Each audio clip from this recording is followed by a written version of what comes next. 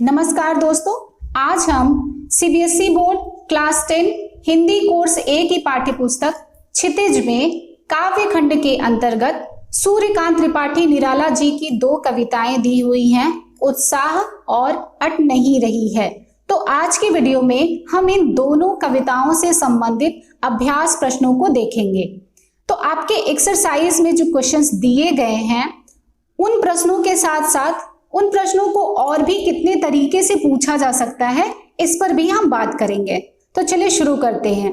तो सबसे पहला प्रश्न जो आपके एक्सरसाइज में दिया गया है वो क्या है कि कवि बादल से फुहार, रिमझिम या बरसने के स्थान पर गरजने के लिए कहता है, क्यों?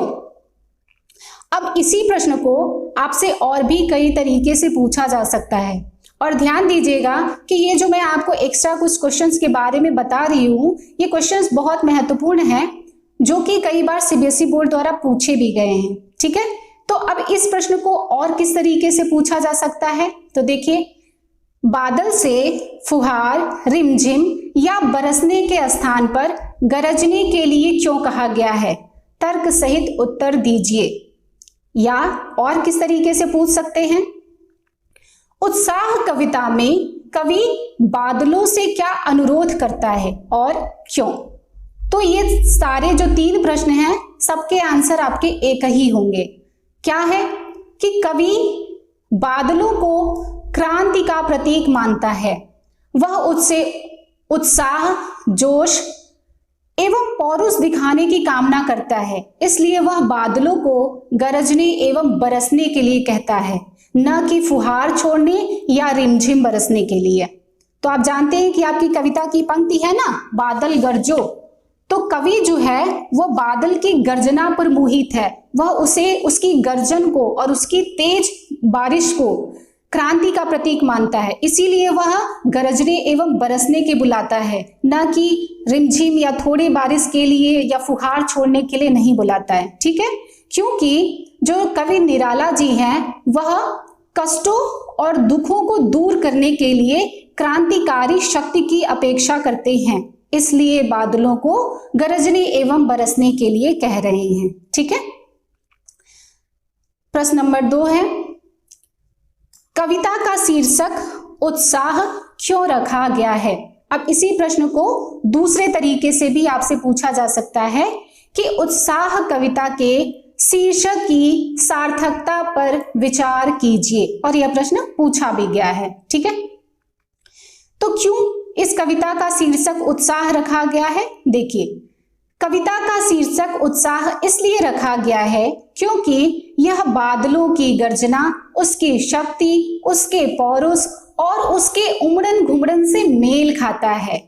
अब उमड़न घुमड़न का मतलब यही है कि जो बादल होते हैं, कभी घिरते हैं, कभी चले जाते हैं, आते हैं, जाते हैं, गरजते हैं, तो उनकी जो उमड़न घुमड़न है, उनका जो आना जाना है, वही उमड़न घुमड़न कहलाता है। ठीक है, और बादलों में भीषण गति होती है, जिसके कारण ही वह धरती के ताप एवं कष्ट को दूर करता है।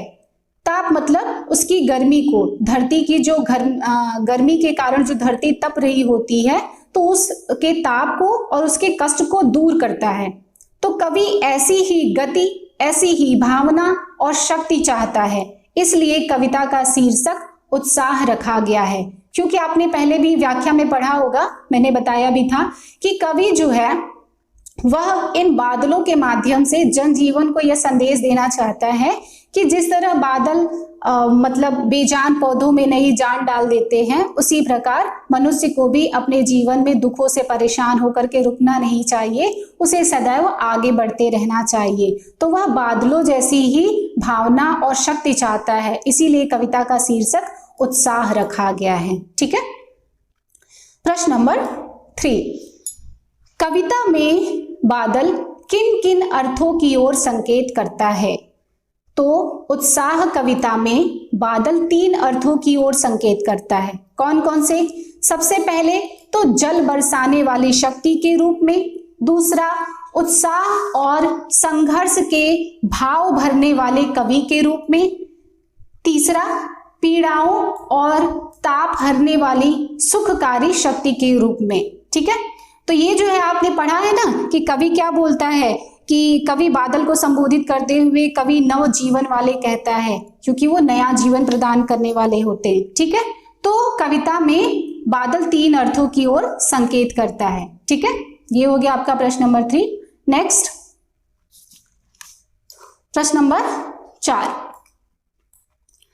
शब्दों का ऐसा प्रयोग जिससे कविता के किसी खास भाव या दृश्य में ध्वन्यात्मक प्रभाव पैदा होता है, उसे क्या कहते हैं? नाद सौंदर्य।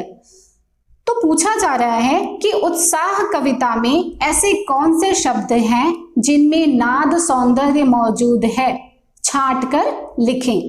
तो उत्साह कविता में ऐसे कुछ शब्द दिए गए हैं जिनमें नाद सौंदर्य मौजूद है। तो कौन कौन से हैं वो? घेर घेर घोर गगन, और दूसरा है ललित ललित काले घुंघराले, बाल कल्पना कैसे पाले। तो ये हो गए आपके उत्साह कविता से जुड़े हुए कुछ प्रश्न। अब जो दूसरी कविता है अट नहीं रही है, तो इससे भी कुछ प्रश्न दिए गए हैं, उन्हें भी देख लीजिए। तो प्रश्न नंबर 1, छायावाद की एक खास विशेषता है अंतर्मन के भावों का बाहर की दुनिया से सामंजस्य बिठाना। सामंजस्य का मतलब होता है तालमेल बैठाना, ठीक है, उसके साथ चलना। कविता की किन पंक्तियों को पढ़कर यह धारणा पुष्ट होती है, लिखिए। तो छायावाद की जो विशेषता है कि अंतर्मन के भावों का बाहर की दुनिया से सामंजस्य बिठाना, उसके साथ तालमेल बिठाना।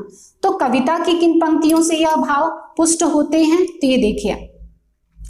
छायावादी कविता, आप जानते हैं कि उत्साह और अट नहीं रही है, ये दोनों छायावादी कविता हैं, क्योंकि जो कवि हैं सूर्यकांत त्रिपाठी निराला जी, वो छायावाद युग के हैं। ठीक है, तो दोनों ही छायावादी कविता है। तो छायावादी कविता प्रकृति के चित्रण द्वारा मन के भावों को व्यक्त करती है। तो छायावाद के समय में जो कविताएं लिखी गई हैं उनमें प्रकृति चित्रण अत्यधिक मात्रा में पाया गया है। और इसके प्रमाण क्या हैं, क्या क्या प्रूफ हैं, किन पंक्तियों से ये पता चलता है, ये देखिए। आभा फागुन की तन सट नहीं रही है, और यहाँ पर फागुन की शोभा का ही चित्रण नहीं है, बल्कि लोगों के मन में उठ रहे उमंग का, उनकी खुशी का भी चित्रण किया गया है। क्योंकि आप जानते हैं यहाँ पर ये जो कविता दी हुई है अट नहीं रही है, यहाँ पर कवि निराला ने फागुन को एक नायक मानकर उसके बारे में वर्णन किया है। ठीक है, और साथ ही कई अर्थ भी निकलते हैं। फागुन की शोभा का भी वर्णन किया गया है, साथ ही आम जनता यानी कि लोगों के मन के भाव कैसे हैं वह भी बताया गया है। ठीक है, इसीलिए प्रकृति चित्रण की मात्रा अधिक है, जिसके माध्यम से अंतर्मन के भावों का बाहर की दुनिया से सामंजस्य बिठाने का कार्य किया गया है। तो देखिए, कहीं सांस लेते हो, घर घर भर देते हो, उड़ने को नभ में तुम पर पर कर देते हो। अब ये जो क्रियाएं हैं, जैसे सांस लेना, घर घर भरना, नभ में उड़ने को पर पर करना, ये जो तीनों स्थितियां हैं वो फागुन और मानव मन दोनों के लिए प्रयुक्त हुई हैं, क्योंकि बताया गया कि वो फागुन को नायक मानकर कविता की रचना कर रहे हैं। तो ये जो सारी स्थितियां आप पढ़ रहे हैं यहाँ पर, तीनों स्थितियां, वो फागुन के साथ साथ मानव मन यानी कि मनुष्य के मन के लिए भी प्रयुक्त की गई हैं। तो यहाँ पर आकर फागुन और मानव मन मानो बिल्कुल एक हो गए हों, क्योंकि ये जो पंक्तियां हैं इनके दो दो अर्थ निकलते हैं, फागुन के संदर्भ में भी और मनुष्य के मन के संदर्भ में भी। ठीक है, जो फागुन के तन से प्रकट हो रहा है वही मानव के मन से भी प्रकट हो रहा है, इसीलिए प्रकृति चित्रण यहाँ पे अधिक मात्रा में है। और इसीलिए कहा गया है कि छायावाद की खास विशेषता है कि अंतर्मन के भावों का बाहर की दुनिया से सामंजस्य बिठाना। ठीक है, नेक्स्ट प्रश्न देखिए, प्रश्न नंबर 2, कवि की आंख फागुन की सुंदरता से क्यों नहीं हट रही है। यह क्वेश्चन भी बहुत महत्वपूर्ण है। ठीक है, कवि की आंख फागुन की सुंदरता से क्यों नहीं हट रही है, क्योंकि फागुन मास की शोभा एवं सुंदरता इतनी अधिक है कि कवि अपनी आंखें हटा नहीं पा रहा है। आपकी पंक्तियां है ना कि आभा फागुन की तन सट नहीं रही है, अट नहीं रही है ना। तो इसीलिए फागुन की शोभा इतनी है, इतनी अधिक है कि कवि अपनी आंखें हटा नहीं पा रहा है। फागुन मास का रूप सौंदर्य रंग बिरंगे फूलों, पत्तों और हवाओं में भी प्रकट हो रहा है। अतः सौंदर्य अधिक होने के कारण ही कवि का उस पर से आंख हटाने का मन नहीं करता है। ठीक है, नेक्स्ट आपका प्रश्न है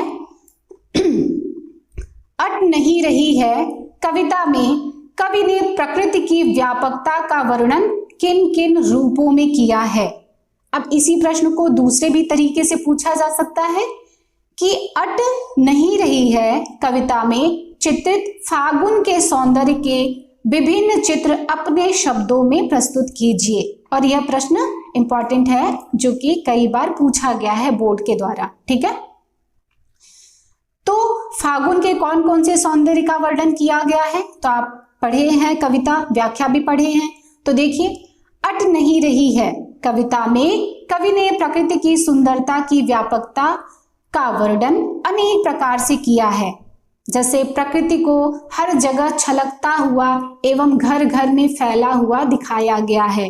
कहते हैं ना कि कहीं सांस लेते हो घर घर भर देते हो, उठने को नभ में तुम पर कर देते हो। तो ये सारे जो वर्णन हैं वो हैं। कवि ने उसे एक दृश्य में बांधने की कोशिश नहीं की है बल्कि असीम दिखाया है, यानी कि उसको विस्तृत रूप में दिखाया है। ठीक है, जैसे कहीं सांस लेते हो, इसका आशय यह है कि मादक हवाएं चल रही हैं।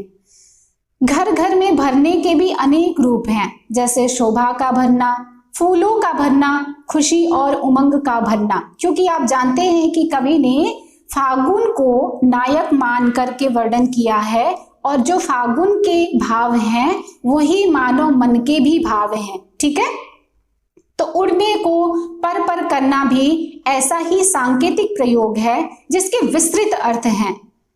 यह वर्णन पक्षियों की उड़ान पर भी लागू होता है और मन की उमंग पर भी लागू होता है। सौंदर्य से आंख न हटा पाना भी उसके विस्तार की ही एक झलक देता है। ठीक है, तो पूरी कविता में आपको फागुन के सौंदर्य के बारे में ही बताया गया है। तो ये सारी व्याख्या जो है उसे आप अपने शब्दों में लिख सकते हैं। ठीक है, प्रश्न नंबर 4 देखिए, फागुन मास में ऐसा क्या होता है जो बाकी ऋतुओं से भिन्न होता है। इसी प्रश्न को दूसरे प्रकार से पूछा जा सकता है कि अट नहीं रही है कविता के आधार पर फागुन के सौंदर्य का चित्रण कीजिए जिसके आधार पर उसे अन्य ऋतुओं से भिन्न समझा जाता है।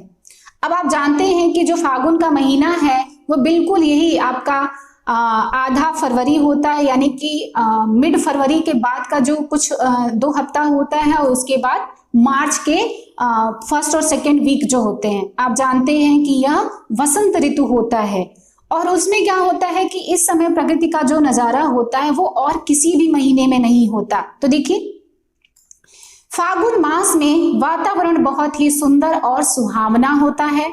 धरती पर सबसे अधिक फूल खिलते हैं, वृक्षों में नई नई पत्तियां एवं फूल आते हैं। आप जानते हैं कि स्प्रिंग सीजन आता है जिसमें सारे पत्तियां, जो पुरानी पत्तियां होती हैं पेड़ पौधों में, वो सब झड़ जाती हैं और नई नई पत्तियां आती हैं, नए नए लीव्स आते हैं, नए नए फ्लावर्स आते हैं। हर जगह एकदम प्रकृति सुंदर ही दिखाई पड़ती है। आसमान बिल्कुल साफ एवं स्वच्छ होता है। पक्षियों के समूह आकाश में विहार करते दिखाई देते हैं। विहार करने का मतलब है कि वो आकाश में मतलब खुश होते हैं, प्रसन्न होते हैं और विचरण करते रहते हैं। ठीक है, और ये जो सारी विशेषताएं हैं वो फागुन महीने में ही होती हैं, अन्य किसी भी महीने में नहीं होती। इसीलिए फागुन मास को अन्य ऋतुओं से भिन्न समझा जाता है। तो आप जानते हैं कि फागुन मास के समय कौन सी ऋतु होती है?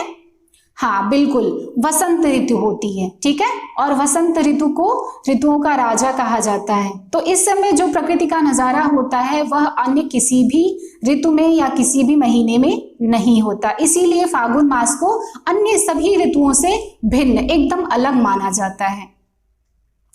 चलिए नेक्स्ट प्रश्न देखिए, उत्साह एवं अट नहीं रही है, इन कविताओं के आधार पर निराला जी के काव्य शिल्प की विशेषताएं लिखी है।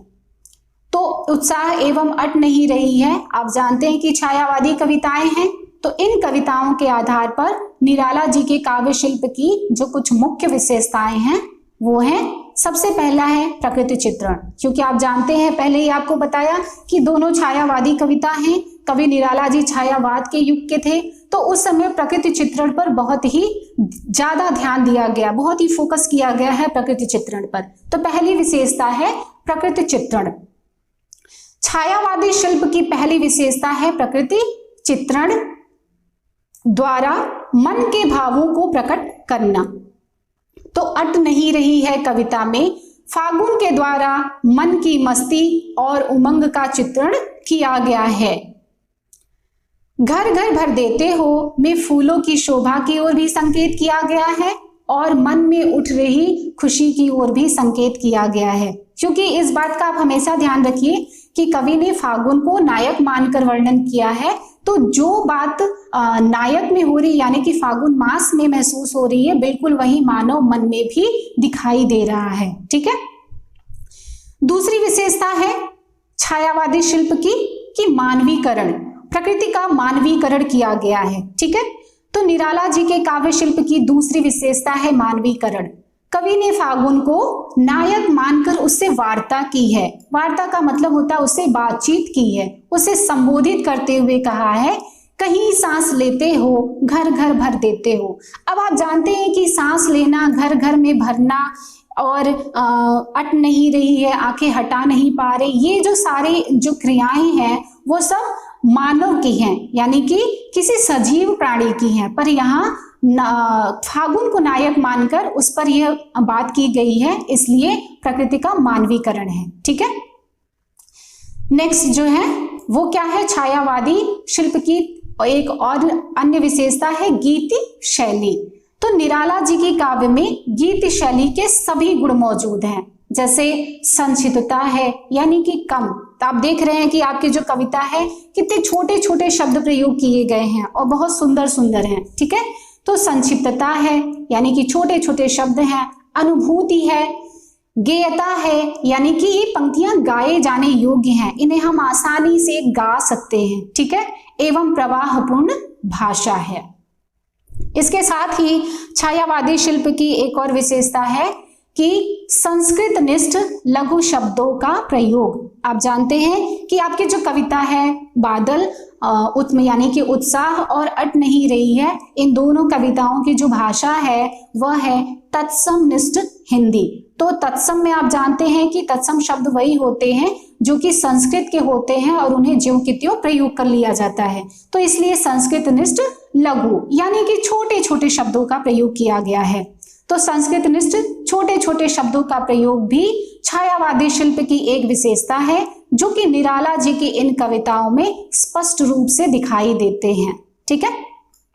तो ये हो गए आपके सारे क्वेश्चन आंसर। उम्मीद करती हूं कि आपको सारे क्वेश्चन आंसर अच्छे से समझ में आ गए होंगे। तो आज के लिए बस इतना ही, नेक्स्ट वीडियो में फिर से मिलेंगे, तब तक के लिए धन्यवाद।